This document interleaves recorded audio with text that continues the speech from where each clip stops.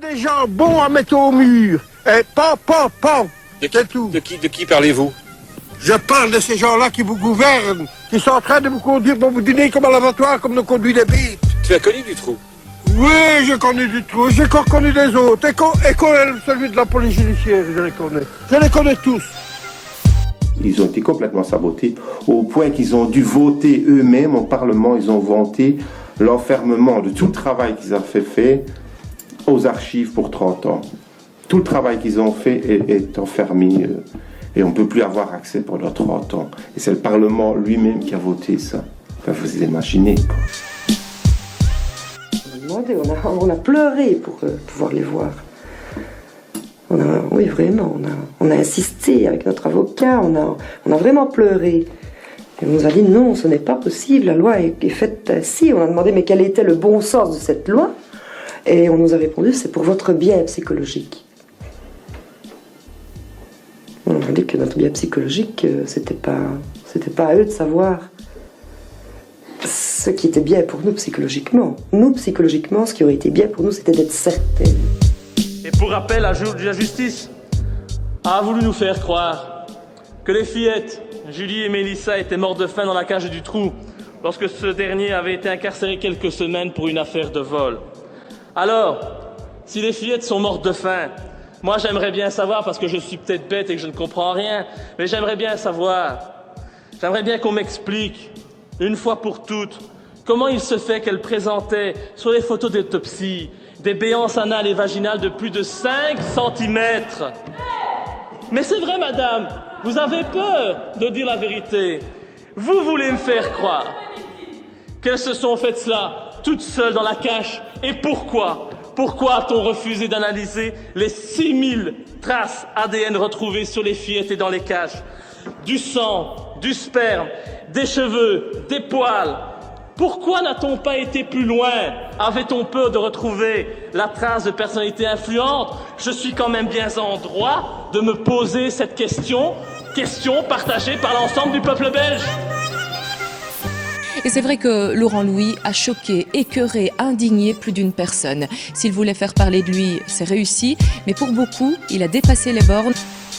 Il est tombé dans l'ignominie, puisque M. Louis est un parlementaire, que la Chambre doit porter plainte. Vous savez que nous avons une attitude vis-à-vis de l'extrême droite, vis-à-vis des ennemis de la liberté démocratique. Nous devons instaurer un cordon sanitaire vis-à-vis de ce parlementaire.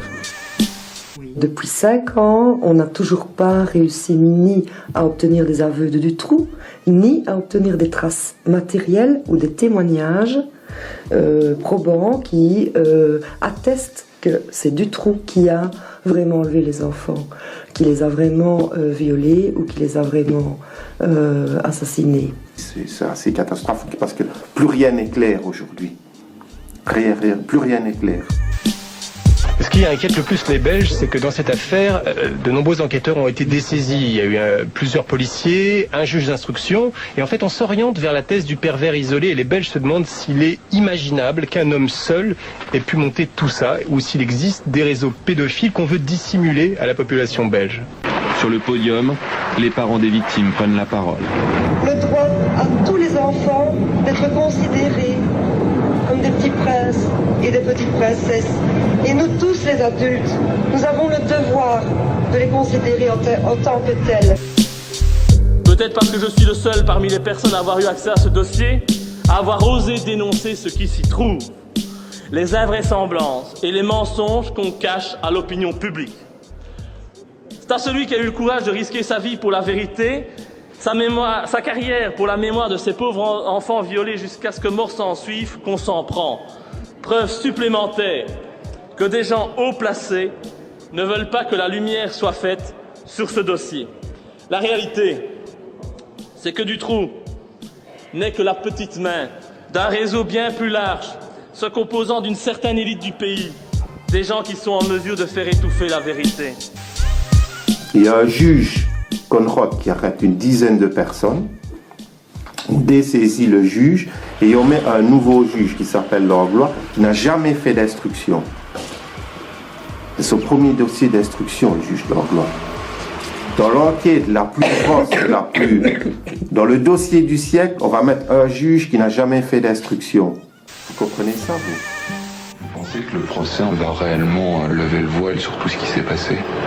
Non, j'ai l'intime conviction que ce procès, ce sera un grand théâtre belgo-belge pour un peu calmer les choses. Donc, pour moi, le procès n'est pas un point final. Et puis, je me réfère à d'autres histoires. Je sais qu'il y a d'autres histoires qui sont arrivées à des vérités plus claires, 10, 20 ou 30 ans après. Je dirais que ce qu'il faut, c'est ne pas désespérer, pas baisser les bras et essayer d'avancer. Les analyses scientifiques élémentaires comme recherche d'ADN, je sais pas moi, de traces de traces d'auteur, par exemple, sur les corps des enfants, n'ont pas été faites. Nous demandons que la justice, mais vraiment la justice soit rendue. Voilà, c'est ça que nous attendons, parce que nous avons l'intime conviction que ça n'était qu'une parodie de procès, le procès du trou à Arlon.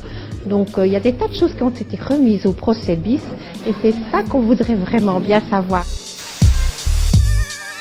Mindestens 27 Zeugen im Fall Dutroux starben, davon mehrere auf suspekte Weise.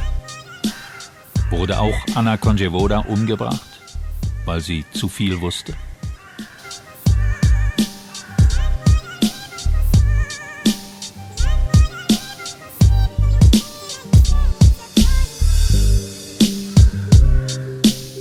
En 1985, j'ai été chargé d'une enquête.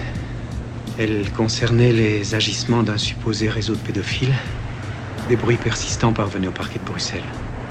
Des indicateurs de police nous confiaient des renseignements recueillis dans des milieux interlopes, des noms de personnalités de premier plan commençaient à circuler. Ça devenait inquiétant, même dangereux pour notre pays. J'étais encore jeune, fraîchement nommé juge d'instruction à Bruxelles. Je me suis lancé tête baissée dans l'affaire, y consacrant tout mon temps, toute mon énergie, tout. Au bout d'une année de travail acharné mené avec mes hommes, j'ai remis un dossier. Il comportait toutes les preuves de l'existence de 2 réseaux pédophiles sur notre territoire 2. Et il impliquait des hautes personnalités du monde politique. Des hommes occupant des postes élevés dans certaines administrations, des hommes d'affaires connus. Pour toute réaction, j'ai obtenu un silence méprisant de la part de mon supérieur. Et devant mon insistance, il m'a été signifié que j'étais déchargé de l'enquête et qu'elle était confiée à un collègue d'une autre juridiction.